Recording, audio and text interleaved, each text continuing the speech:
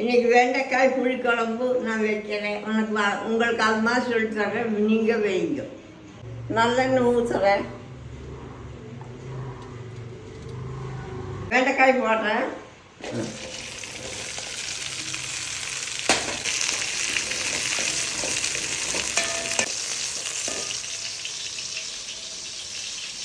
நல்லா வெண்டைக்காயை நல்லா சுண்டணும். சுண்டுன்னு பிறகு எடுத்து தட்டில் வச்சுட்டு அப்புறம் வேக தேங்காயெல்லாம் அரைக்கணும். வெண்டைக்காயோட பூண்டை போட்டு நல்லாயிருக்கும், வறுத்தா நல்லாயிருக்கும். வெண்டைக்காய் மட்டும் வணங்கிட்டு எடுத்துட்டோம், பூண்டு மட்டும் வணங்கணுங்க.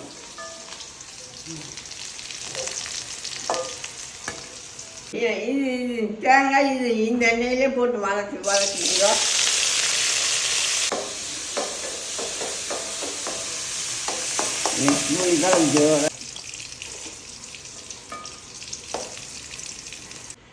வெங்காயம் போடுறேன்,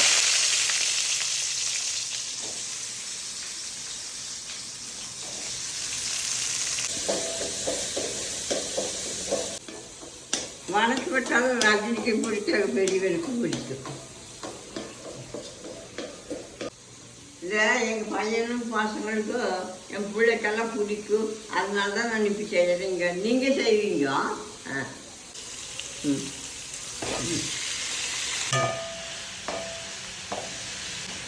நல்லா வணங்கினாதான் டேஸ்ட் இருக்குங்க. தக்காளி போட்டு நல்லா புளி ஊற்றி நல்லா வச்சா ஜோராக இருக்குங்க.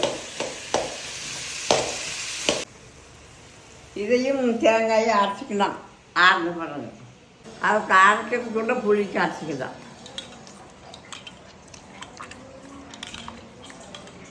மிக்சிலெல்லாம் போட்டாலும் கையில் அரைஞ்சி இது பண்ணால் தான் நல்லா இருக்குங்க. நல்லா நறுபடி ஊற்றணும். இது என் பிள்ளை தான் இது செஞ்சது. நீ இந்த வணக்கத்தில் தான் போடுற, நீங்கள் வாங்கிக்கிங்க.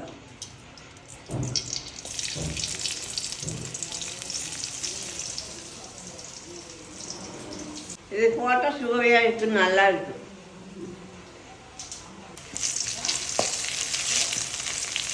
பார்த்து ஊற்றிக்கலாம். வரைச்சி தண்ணி ஊற்றி கொஞ்சம் ஊற்றிக்குங்க, ஊற்றலாம். கோர்த்து தேங்காய் ஊற்றணும். கொஞ்சம் தேங்காய் ஊற்றலாம்.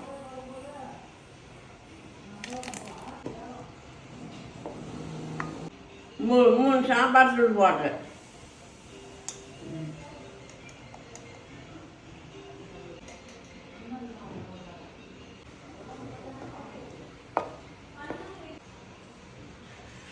உப்பு போடுறேன்.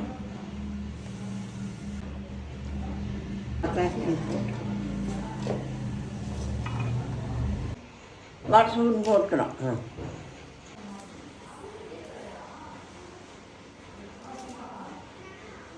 மஞ்சள் போட்டோம், கலரி போட்டேன். வறுத்து வெண்டைக்காயை போட்டு கொதிக்க வைக்கிறோம்.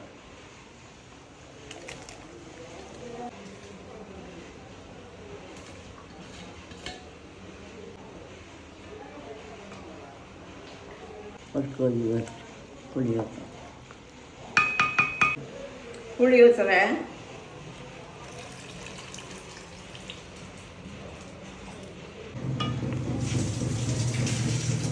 கொஞ்சம் சத்தம் போட்டுக்கணும், டேஸ்ட் இருக்கும்.